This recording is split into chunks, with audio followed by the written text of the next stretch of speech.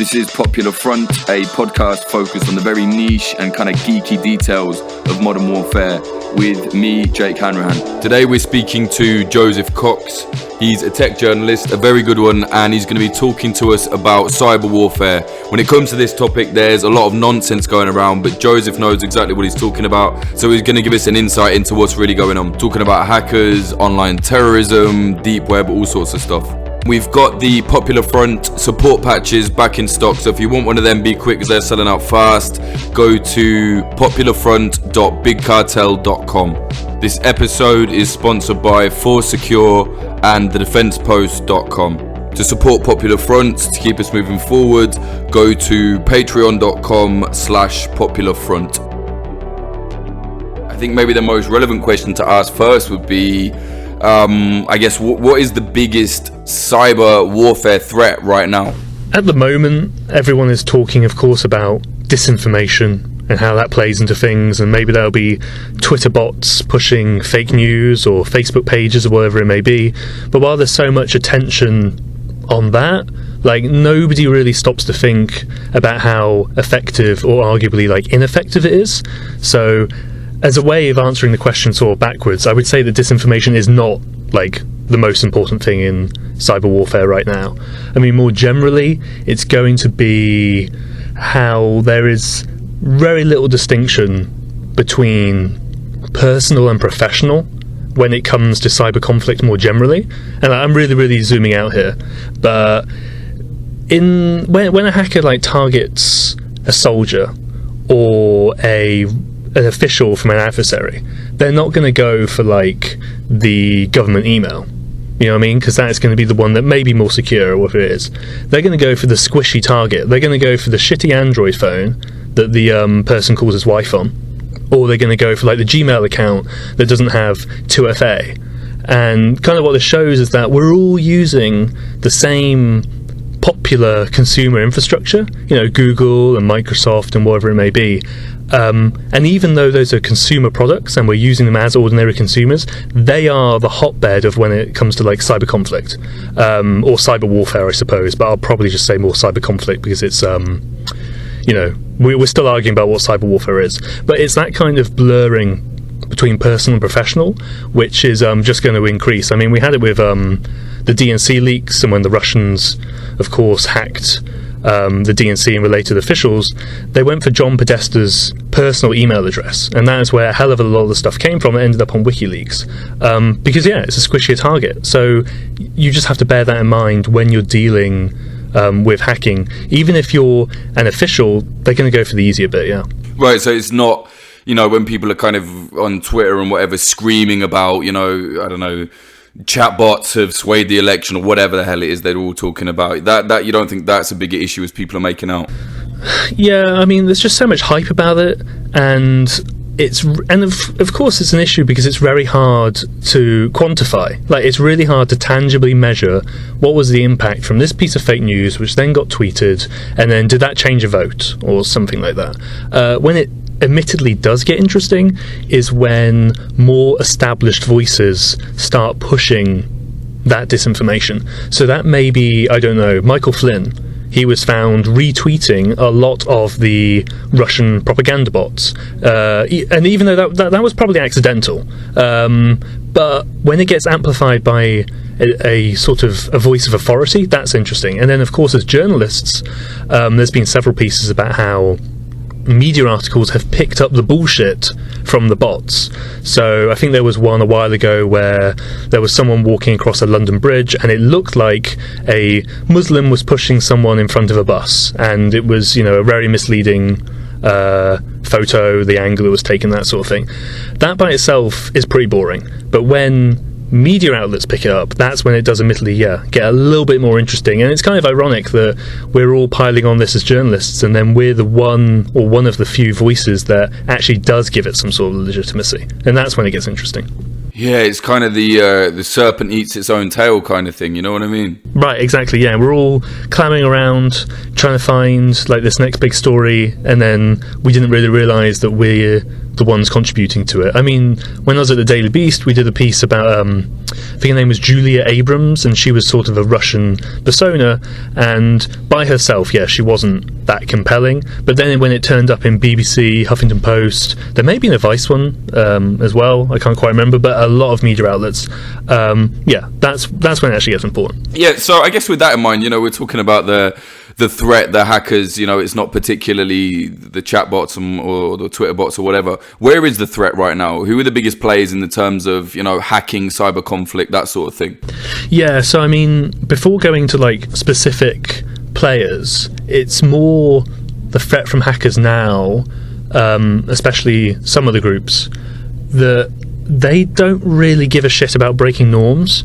So cyber espionage, is generally tolerated as fair game. You have one nation state hacking another one, they get information that's, part of a debate or a negotiation or something like that, just very traditional espionage, just with a hacking component, and everyone kind of tolerates that. Almost in the same sort of way when you have the Turks likely putting a microphone or some sort of bugging inside the Saudi consulate. I mean, that is just nation-on-nation espionage, and it's fine, whatever. What changes with hacking is when you have some actors who will do something different, such as dumping documents, like the Russians. They won't just go and hack a political party, they'll dox the political party and they'll air all of their dirty washing out. That is unusual. The US aren't going to do that. Or you may have the Chinese who, although they died down for a bit, they're now coming back up. They do financial espionage, which is, targeting Lockheed Martin or whoever it may be and stealing plans to then make their own fighter jets, whatever it may be. So generally the threat is going to be that more nations, or the same nations but more aggressively, are going to keep breaking these norms. They're going to keep doing the financial espionage. They're going to keep going, fuck it, we're just going to give all this stuff to WikiLeaks, or we're just going to post it on a Twitter account. And as for like the individual actors, and of course, like, interrupt me when you think like there's something like specific here, but I'll just start with the Russians. Like, sure. I mean, yeah, so they're the ones who are breaking the norms and dumping documents and stuff, but what kind of makes them interesting is that, they traditionally piggyback off and take advantages of criminals in their country. So let's say there's someone who has a botnet, and that's just collecting banking details or whatever it may be, that's just spread all around the world, and it's a piece of malware and it's getting all this like financially driven information. The Russians are probably going to go, hey, that's really, really good, but can we use that access for us? Can you go and look up the details that you have on this Ukrainian, or whatever it may be? So they're kind of leveraging that access without necessarily without making it a state policy, which is different to the Koreans I'll go into, but they're always piggybacking off from there because they have this resource. They have all of these hackers who don't really have jobs in Russia, so they have to do something which is going to crime, and then the state can get involved in there. So the Russian state is kind of harvesting people that are hacking, and what do they say to them? Like, do you want to go to prison or do you want to work with us? Because I can't imagine many hackers would just say, yeah, no problem, I'll work for you, without some kind of threat. Right. I mean, some get financial compensation, and then, yeah, as you say, I mean, the FSB isn't going to be super friendly about it. They are going to say, well, you work for us now, basically. Of course, it depends on the case. I mean, there was the Yahoo one where that guy popped Yahoo's database, and from what I understand, he was already on their radar, and then the FSB officials kind of directed him to that. And of course, that's going to be threat of, well, you work for us now. And that was an email hack, wasn't it? Yeah, it was like email addresses and passwords, like a normal sort of data dump. But when you're dealing, and this goes back to my earlier point, when you're dealing with these huge consumer platforms like Gmail or Yahoo or AOL even, back in the day, like, there is still going to be targets of interest there from an espionage perspective, even though it's an ordinary consumer product. So if the Russians or if the FSB can get into Yahoo, which sounds fucking boring normally, like, oh my god, there's going to be so much noise in there, that they can filter it down and find like some really interesting targets, like, yeah, I don't know, the email address that an official is using to contact his mistress or something like that. There's just like there's so much shit in there. It's like sifting the sand, basically. Right, exactly. And even though that's just a product used by everyday people, it's going to be leveraged by nation states, like in some way, yeah. And I kind of spoke about how the Russians are breaking these norms of dumping documents. The thing that lets them do that, apart from just their audacity and like the ballsiness of just doing it, the Russians are really agile. Like, they can respond super quickly. And I don't know exactly why that is, because maybe it's like a lack of bureaucracy compared to the Americans or something, but when CrowdStrike, cybersecurity company, came out publicly and said, hey, we believe this actor has hacked the DNC, I think it was within 24 hours, Guccifer 2.0, this sort of weak mirage that the Russians put up claiming it was the Romanians, but it was actually the Russian GRU, and then they start dumping documents. That was so quick. Like, they get doxed, they respond, they dump the documents.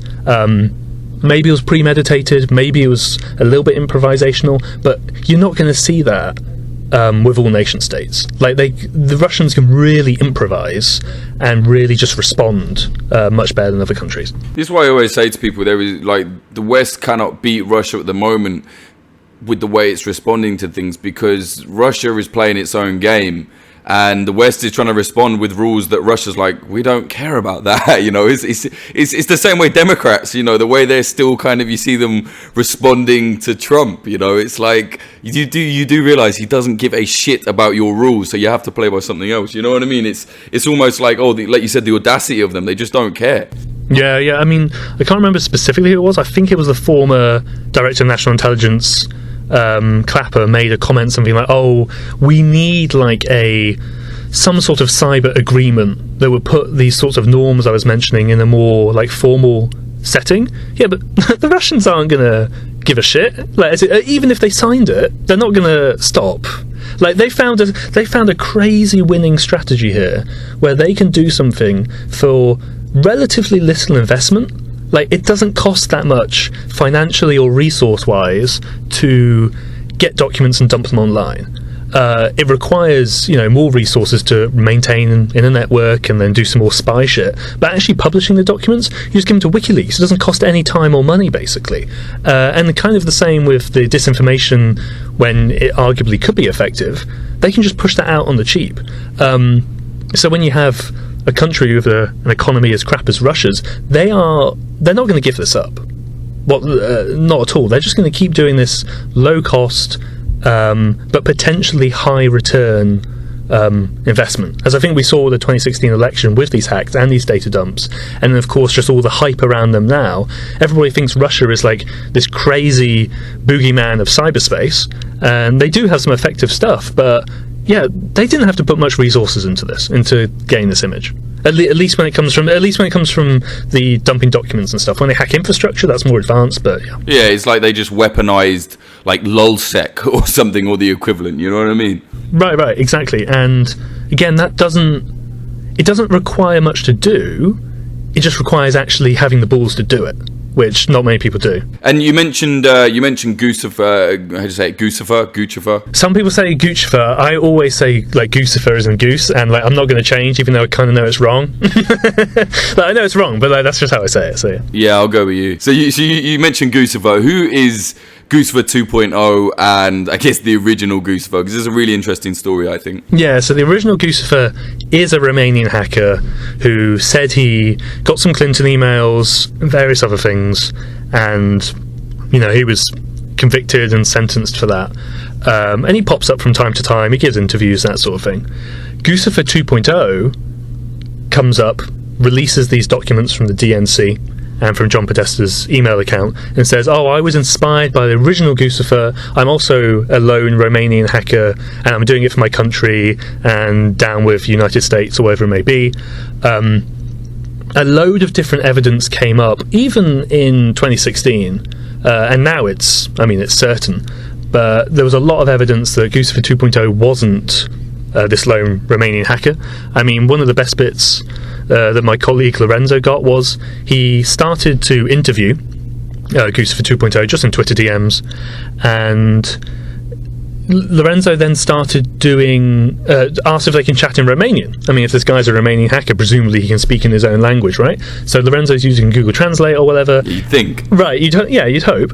And then Guccifer 2.0 does reply, but it's in like really obvious, at least to a Romanian native speaker, like it has a lot of inaccuracies that apparently a Russian speaker may make, or if they were using Google Translate themselves, which like puts massive doubt on him actually being a Romanian.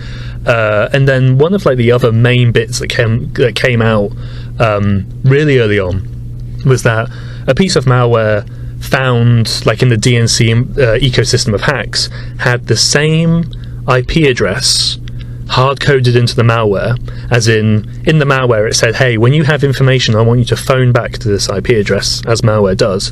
That was the exact same IP address in a piece of malware found by the Germans in the hack of the Bundestag, which they attributed to Russia. So there was a really quite strong forensic link there. And now we have other things such as Guccifer 2.0 apparently logged into one of the accounts, I think it was maybe the WordPress one, from an IP address linked to the GRU. And like like a lot of this information was public, as I said, from 2016, but people just wouldn't fucking read the reports. There was like the one from SecureWorks, part of Dell, which showed like all the different sorts of targets they had, because they left their targeting account exposed. And you'll go on Twitter and there'll be all these people saying, oh, you can't know it's the Russians. It's like, but did you read the report? Well, no, but you can't. No, there's just so much lack of I don't want to sound patronising, but lack of understanding, or I suppose faith in attribution. People are like, oh, well, you can never really know who hacked. You definitely can. Like, attribution is it can be very difficult, but it's definitely not impossible, and it can be really, really well done. Well, maybe you can explain that then, because how do you definitely know? Because I get what you're saying completely. I've seen a lot of like nonsense as well, but that is the post-truth world we kind of live in now. People don't want to accept anything. But how can you actually know someone who was hacked? Because obviously you can change IP addresses, all sorts of stuff like that. Yeah, I mean, I guess first of all, kind of what you alluded to, I guess I say why it is difficult to know. And as you say, you could route your traffic through a load of different computers. So even though you're hacking from the UK, you may use a server in the Philippines. And then when the victim goes and checks their logs, they're like, oh, someone broke into my email account from the Philippines, even though you were ultimately on the other side of the world. And that happens, and governments and just ordinary criminal hackers do use proxies all the time. But it's the sort of holistic collection of information that can provide a really robust attribution assessment. And maybe I shouldn't have used the word certainly, because of course everything is still going to be low confidence, moderate confidence, high confidence, if you want to use like these intelligence terms. But it would be a combination of stuff like forensic information, perhaps on the victim's side. Oh, we connected from this thing. They left a piece of malware which is only ever used by this group because it's a non-public piece of malware, and then we saw it in this other hack that was also attributed to XYZ, something like that. When a hacker starts to use open source tools, as some do, that's when attribution gets really, really difficult. Because if they just say, oh, they use Metasploit, which is a sort of program where you just select which exploit you want to fire, hit enter, and it will just do that for you. Anyone can download that. Like script kids. Right, exactly. But if you're a nation state, it may be good to look like a script kiddie, because you're going to have no idea who it was. But yeah, attribution is possible, and then there's sort of a more debate around whether you actually bother doing attribution and whether you name them. So I mean, one company called Dragos, a private cybersecurity firm, but they do really good work on infrastructure and critical systems and that sort of thing. They probably could find out who was behind stuff, but as policy they don't do attribution because they don't think it's relevant to their customers and to the general public. Saying that, and going back to your original question, one of the key things of attribution can be motivation. Like, unless you're doing a really elaborate false flag, double false flag, whatever convoluted hacking operation, the motivation is probably going to be dictated, or at least apparent, from who they're targeting. You know what I mean? Like, the DNC gets hacked, Well, it's not going to be the Irish. Yeah, that's just to make a really, really shit example. But you know what I mean? There is something in the target, and you can get motivation from that, and that does contribute to attribution once you have the forensic stuff as well. So we could say then that basically attributing these cyber attacks comes down to kind of more, I guess, traditional kind of detective work, if you know what I mean, like building a profile. Yeah, exactly. You should never attribute just based on like... Not even based on one piece of evidence. Of course, that would be stupid regardless, but you probably shouldn't attribute based only on forensic evidence while ignoring who the target was or what the possible motivation was. Because you're probably going to be wrong or have a higher chance of being wrong as well. It's taking these different types of evidence and trying to combine them into one as well. Right, got you. I tell you what I'm interested in is how hackers can actually affect like physical infrastructure, because we've all seen the films where, I don't know, some guy in his basement with like 50 screens is hammering his keyboard, and then, I don't know, your toaster blows up or the grid goes down or whatever. How realistic is that? You know, how possible is it that a hacker could actually start bringing down physical infrastructure, like, I don't know, make your trains crash or something like that? It's a hard question because there's a shitload of hype around it. Every time there's like a potential hack against an energy company, media goes wild and, oh my god, they found Russian malware in this thing. And there was even a Washington Post piece maybe last year where it was, oh, they found exactly this Russian malware in an energy company, and it turned out to just be like a generic banking Trojan or like something that was just like, you know, a normal piece of malware. Right, it's malware, but it's not trying to kill everybody or turn off the grid. Right. You have to be very specialised to be able to develop that piece of malware. And so even though there is all of that hype around it, the threat, worryingly, is real in very specific circumstances. So, of course, the first one we had was Stuxnet, which was the Americans and the Israelis hacking into the Iranian enrichment plant and then causing systems in there to basically malfunction and give the Iranians false information that, oh no, your systems are fine, when actually they were spinning around and destroying their nuclear program. Then you have the Russians more recently, who traditionally around Christmas, I mean, we'll see if it happens again and again, but last year and I think the year before, Russian hackers did shut down energy-related infrastructure in Ukraine and have caused blackouts, which is this sort of Hollywood over-the-top doomsday scenario. And, I mean, it wasn't catastrophic, but it was real, and it was tangible. There was something around the nuclear plant as well, if I remember correctly. Right, yeah. There's quite a few of them, like, bubbling up and stuff now, and then, like, the most recent one was in Saudi Arabia. There was sort of a petroleum like a petrol plant, and the worrying thing there was, which makes it very unusual, is that the malware was designed to disable safety systems, which then could have caused, in virtue of that, physical harm. Now that is new. Like, Stuxnet was fucking up the Iranians' nuclear program, but it wasn't trying to kill somebody. This looked like it was actually trying to cause physical harm to human beings, like at least potentially. But in what way? Like an explosion or? Yeah, something like that. So it would turn off these systems that would protect against that sort of thing, and then from extension there would be an explosion. And it didn't happen, it failed, but the fact that they even tried that is pretty crazy. And I had my money on that being the Iranians against the Saudis, but then a recent report came out and says it was actually one of the Russian crews. I don't really know what to think of that. That honestly took me a little bit by surprise. And maybe we need more attribution around that anyway. But yeah, like those are the three main ones. When you have the Stuxnet one, and then the power grids, and then this actual physical harm. Yeah, the threat is real, but it's not like, oh my god, they're going to take down New York or something like that. Like, there is still a gap between what actually happens and that doomsday scenario, because systems are so complex and different. And like, if you go and make a piece of malware to target the Saudi petrol plant, like, that malware potentially may not work in other places. You know what I mean? Because of the makeup of the plant, the software they use and stuff, and which is not to say you couldn't then port it to a different facility, but that's going to require a lot of fucking work as well. Right, there's no template. You can't be a script kiddie and start shutting down power plants, basically. Right. Which is kind of what, like, so, and we could touch on this, like, some Islamic State people were saying that, and then, I mean, we even had it years ago when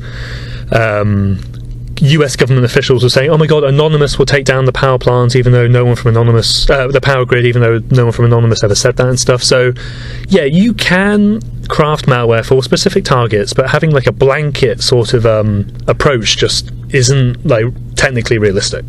We know about, we know Russia are always, up to their ears in hacking, and we know China's up to it as well. But what about the West? What are we doing? Surely, I know we leave some ridiculous kind of back doors open by accident, but we must have some kind of team out there doing the same sort of stuff.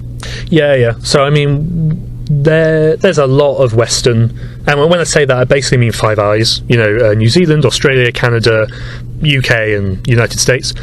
They're always doing a lot of stuff. A lot is the traditional cyber espionage I mentioned, which, getting information and that sort of thing. Like when GCHQ, the UK intel agency, hacked Belgacom, which is a very large supplier of SIM cards in Belgium, that was ostensibly to get information. It wasn't to destroy Belgacom or something like that. And it's still a very controversial hacking operation because obviously that's a neutral or an allied country. But we're doing loads of stuff. The difference is, at least from what we've seen, is that there's a lot more bureaucracy. So we got some formally classified documents that show the planning that went into Cybercom, which is a part of the US military, their hacking operation against the Islamic State. And the idea was to go in and ruin ISIS's infrastructure, where they host propaganda, that sort of thing. And this wasn't like, one day we're just going to pop it and hack these servers and then wipe the content. There are hundreds of pages of consultations with other agencies like the FBI and various parts of the intelligence community, getting approval from them. They can pitch in, potentially talk to allies and stuff. And like this is over a course of weeks and then months. As opposed to what I said with the Russians, who they get doxed and 24 hours later then they dump the documents. So yeah, we're hacking all over the place. Which probably as we should. Any nation that isn't hacking nowadays is like, what the hell are you doing? You needed to be in the shit like 15 years ago. But the only thing that's like really separating these countries now is technical ability and then just what they actually decide to do. So yeah, we're all over the place, but it is different in character to like the Russians or the Chinese. Yeah. And what I'm seeing more of now, specifically in Ukraine, is basically civilian hackers getting involved with the war. So, for example, in Ukraine, there's a group called RU Hate, Russia Hate, not a great name. There's a group called Inform Nepal, and I've spoken to a few of them before. I actually met one of them when I was out in the East one time, and what they do often is they'll kind of hack into, or at least they claim to hack into the Russian-backed separatist computers. They'll send coordinates to soldiers. And I know at least once, this is the only one I have actual evidence for, at least once that has actually happened where these hackers have got hold of information from the separatists and given it to, frontline soldiers or militias. In fact, there was even a point where they hacked Motorola's phone, and Motorola being one of the war criminals that was blown up, and kind of proved that he was cheating on his missus and all sorts of stuff like this. Do you think we'll see more of that? And how legitimate do you think it is? Do you think it's actually civilian guys, or do you think it's just some government agency? Yeah, I suppose it would be case by case, because kind of as you imply, like they may say they're citizens when actually it's a front for like some part of a military agency or something like that. But I don't see it like it's definitely not impossible. And like as you say, you've met these people, like, and that sort of thing, and you get patriotic hackers. You get patriotic American hackers and that sort of thing. A while ago, and this wasn't that sophisticated, but I think it was earlier this year, there was one guy who scanned a load of exposed servers in Russia and China, and then just like planted a sort of graphic of an American flag on them, like saying, "Hey, don't fuck with our elections," which like wasn't the most, like, it wasn't the biggest hack in the world, right? But like, from all appearances, that was just a patriotic random guy being like, well, fuck it, I'm going to pop these servers and see what I can get or see what I can do. So yeah, I mean, and especially as the technical barrier for entry like lowers, and potentially more people just get involved in hacking anyway. And I mean, Ukraine has like a very healthy like hacking community anyway, but yeah, I think we can see more of that, definitely. I mean, when you just said that, you know, this hacking can actually provide some like robust intelligence, that happens the other way, and this is more like the real cyber warfare stuff. It's not a guy running around with a keyboard or you know, anything like that, even though some of the US military adverts have that and shit. I mean, there was that other one where apparently Russia hacked into the developer of this app that the Ukrainians were using to inform each other of artillery positions, and then swapped it with a malicious version which could then gain intelligence on those positions and then send them back. Now that's real warfare stuff. You know, that's not just, oh, we're going to screw this election or something. That's a real military intelligence sort of thing, and I think a lot more of that happens than we probably the information is probably publicly available. I think it happens a lot more than we probably actually know about. Yeah, it's really interesting. In fact, it reminds me of just this random story. I remember when I was reporting on the PKK war, the Kurdish militants in southeast Turkey, and there was a group in Istanbul and them areas which they were like, oh, we're the hacking network of the PKK, and I was like, yeah, bullshit. And then they sent me these pictures, and they had like weapons, and they'd written their name, you know, of their hacking group. I forget it now, but it's like, I don't know, BG Hack or whatever. And they'd written it in like, you know, bullets. And I was like, shit, like these guys, they're really involved. And then when I went down to the southeast and actually met some of the militants, the real fighters, one of these kids showed me a picture, and I said, hey, I've seen that before. And he said, yeah, they messaged me on WhatsApp. They asked me to do this thing with my bullets, and then I sent it back to them. They just claim it's them. So these kids were actually sat in the IT place, like doing a little hack and like, you know, defacing kind of Grey Wolf websites, but they weren't actually doing anything like that. I just thought that's so funny, you know. Yeah. But I mean, yeah, and that kind of just shows, like, kind of what we alluded to earlier, that it can be difficult to know who to trust. Like, that's hard enough when you see someone in person. Like, it's even fucking harder when, like, you're talking to someone on a chat program. They could be fucking anywhere, or they could be anyone. We've spoken a lot about kind of state actors using hacking, and even, you know, patriotic hackers perhaps helping people on the front line. What happened to, you know, like Anonymous and LulzSec and all of those guys? Like, where are they? Because I always found them as mischievous and, you know, causing a lot of problems. I thought they were hilarious, you know, and they did a lot of cool shit. You know, like they wrecked the reputation of Scientology. Why don't we really see any of that anymore? Yeah, it's a shame. Like, the LulzSec, you know, the anonymous ones, as you say, we don't really have these big crews anymore. And I honestly couldn't really tell you why. Like, maybe it was just a slice of hacker culture that kind of died away, and then everyone got vanned and rounded up and, you know, put in prison or whatever. But I mean, we still have hacker gangs. They're just not so whimsical. I mean, we had the Impact team that targeted the dating website Ashley Madison, and like, no one had ever heard of the Impact team, at least that I knew of, like before that or after. They just came and went. Oh, they were the guys that hacked that kind of website for married guys that basically wanted to cheat on their wives, right? Right, exactly. But like, nobody's heard from them since, at least publicly, and nobody heard about them before. But you can't, like, it would be very unlikely if that was the only hack that these people have ever done. You know what I mean? It would just be under a different name or something. And then we have like this other group called the Dark Overlord, which targeted a production house of Netflix and like health facilities in the US and the government contractor and stuff. And their like MO is to hold them to ransom, like to blackmail these companies. And they're pretty successful at it, and they're pretty ruthless. Like, they are as far from Anonymous or LulzSec as you can get. They don't fuck around. they do have some of the whimsical stuff, like they will taunt their victims on Twitter, but they're entirely financially motivated. And like, this is kind of an aside, but in the same sort of way that the early dark web, where you had the drug markets, was all about libertarian and like freedom and put what you want in your body, and then the Ukrainians and the Russians and the other hackers came over and kind of made the dark web like this for-profit total industry. In that same sort of way where we had the anonymous and the lolsecs, like, oh, we're just doing this to expose whatever, and also it's fun, like, those guys have gone and now it's just the financial guys. I mean, they're probably not wholly comparable, but yeah, there is a gap here where we just don't have the funny hacks anymore. You know, like all the funny crews. It's a shame. I really came up in that kind of time. You know, I'm a big internet kid, and I was like 19 when all that stuff was happening, and it was just amazing. You know, I was never into hacking. I'm too stupid, but it was just amazing to see like lolsec just with that stupid logo with the guy with the wine just fucking with people. You know, I just thought that was hilarious. Yeah.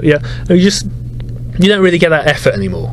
You know, and I mean, I suppose if you do want to look for like something that's kind of related today, it would be like the Russian memes or something, where the Internet Troll Factory will do these quite, you know, over-the-top Photoshop jobs or something, but it's just not the same. It's just not as fun. You know what I mean? It's too serious. Like, I just want someone to like pop something and dump some random shit on Twitter, Same. and then like, yeah, that's where it's fun and interesting. But yeah, I think the problem is as well that like the 4chan culture, you know, and people scream into their computer screens for saying this, but it wasn't. I don't care what anyone says. It wasn't. It didn't used to be dominated by fascists. It was dominated by freaks and weirdos, you know, and it was just like, but now I think it really is, you know, there is no irony, it's just like, fuck me, a load of like neo-Nazis or white supremacists or like actual, you know, neo-fascists kind of just exercising their legs, whereas I really don't think it was that before, you know.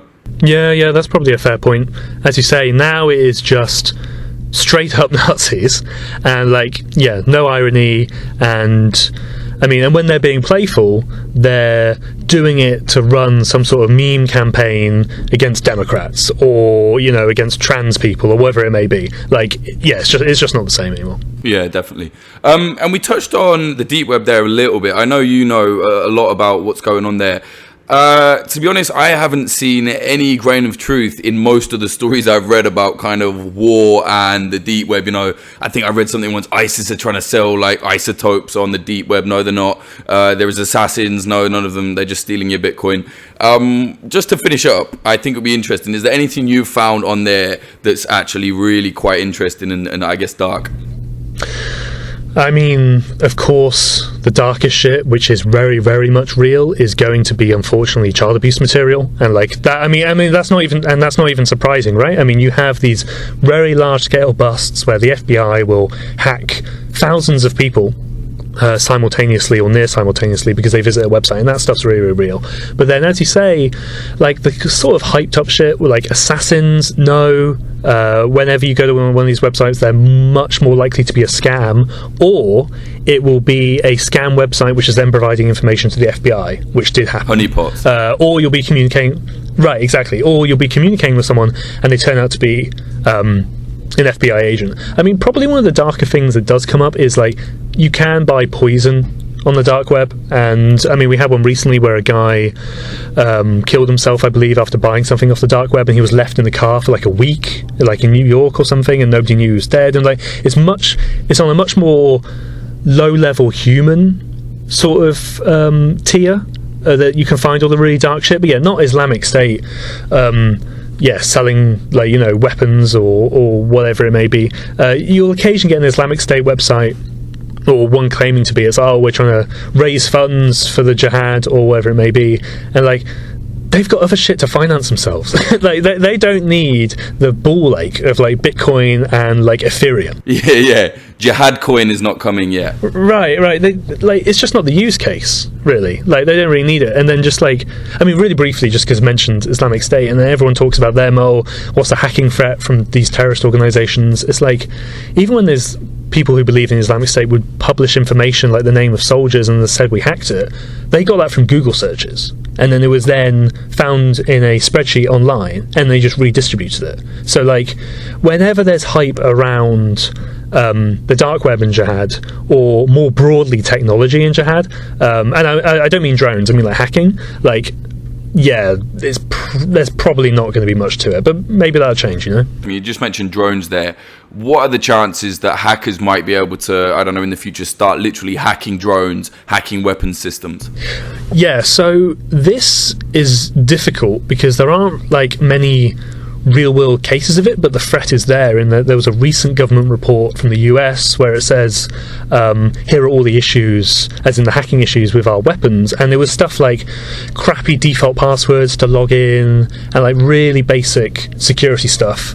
And then just recently there was a piece in Forbes from Tom Fox Brewster talking about how DJI, the very popular drone manufacturer, had left a vulnerability so that if you knew the correct URL and you visited it, you could stream the live footage from any number of drones, which is wild. And like that's a serious security issue, and it got fixed, whatever.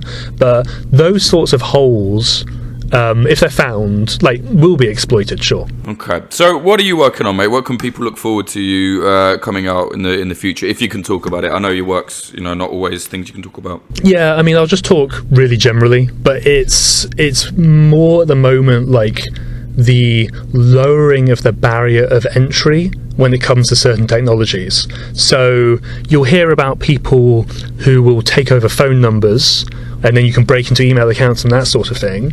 Like that is far from a capability of a nation state. That is literally something that teenagers can do by ringing up Vodafone or whatever, and then stealing a lot of money, a lot of Bitcoin, or getting a lot of sensitive information from someone.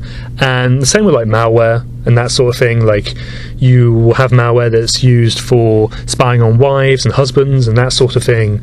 And then you'll have like Hamas, who will make fake Facebook profiles and distribute a dating app that's actually malware. And like that is not a highly technical tool, but it's highly effective in that context. And the same with the taking over the phone numbers and that sort of thing. So yeah, more generally, we're just looking into how, even if it's boring from a technical level, it can be really impactful if you do it in the right way.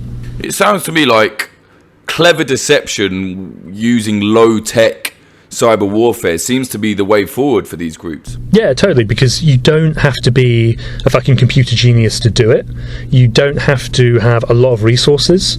If you just play the deception game correctly, you'll get access. I mean, just really briefly, there was one example where the Egyptian government would hack activists, and the way to do that was they arrested one of the activists in real life, and then to all of his friends immediately sent a Dropbox link saying, hey, your friend has just been arrested, here is the indictment. Now, if they hadn't arrested the person and just sent the Dropbox link, nobody's probably going to click that, right? They'll be like, well, I can't do that, it's too suspicious.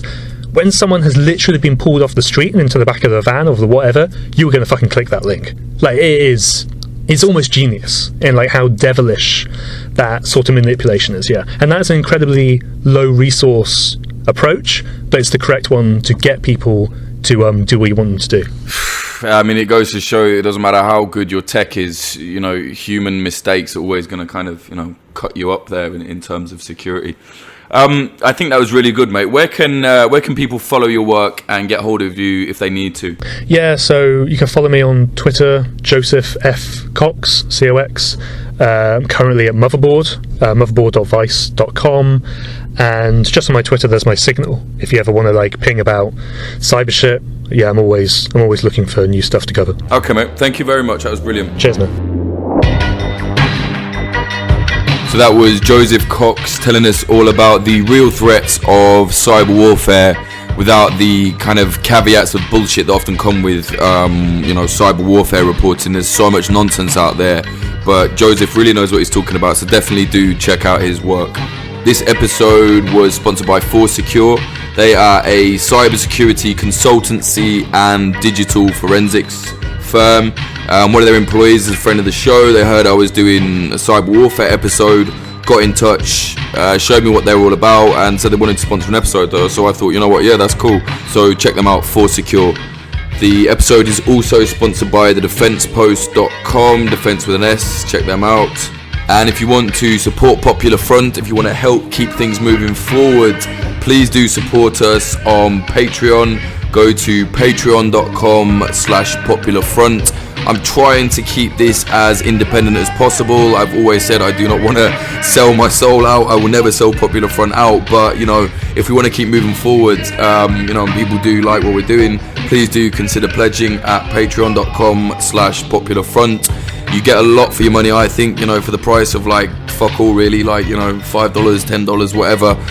You get bonus episodes, narrated articles, access to the Discord, all sorts of stuff like that. Oh, and also, like I said at the start, we have the Popular Front support patches, the morale patches. They're back in stock. We sold the first 100 really quick in about 12 hours. We've got another couple hundred restocked there, but they are selling out fast as well.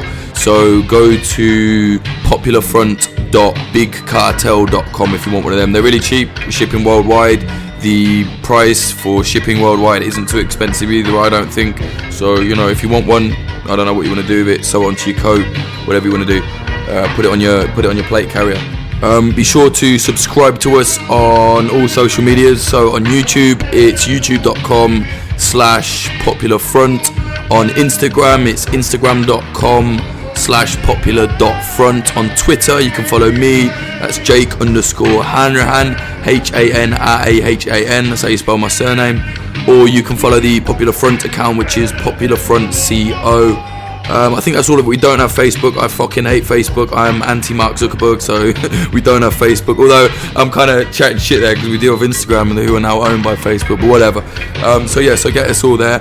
And a very special thanks to the following people: Alium Leroy, Axel Iverson, Cedar Fen, Chad Walker, Cody Bergerud, Dan Dunham, Diana Gorvanek, Emily Molly, Fletcher Tate, James Top Lab from the Discord, Joanne Stocker, Lawrence Abrahams, LH, Margaret Bowling, Peter McCormack, Ryan Sandercock, Stephen R.D. Henderson, Teddy, Zachary Hinch, Casey Francis, and Patrick Bronte. Thank you very much. Honestly, without you lot, I would not be able to fund this, definitely not. So thank you very much. Music in this episode, as usual, the intro was by an artist called Home, and the outro was by my mate, Son of Old. Go to his SoundCloud, soundcloud.com/son-of-old.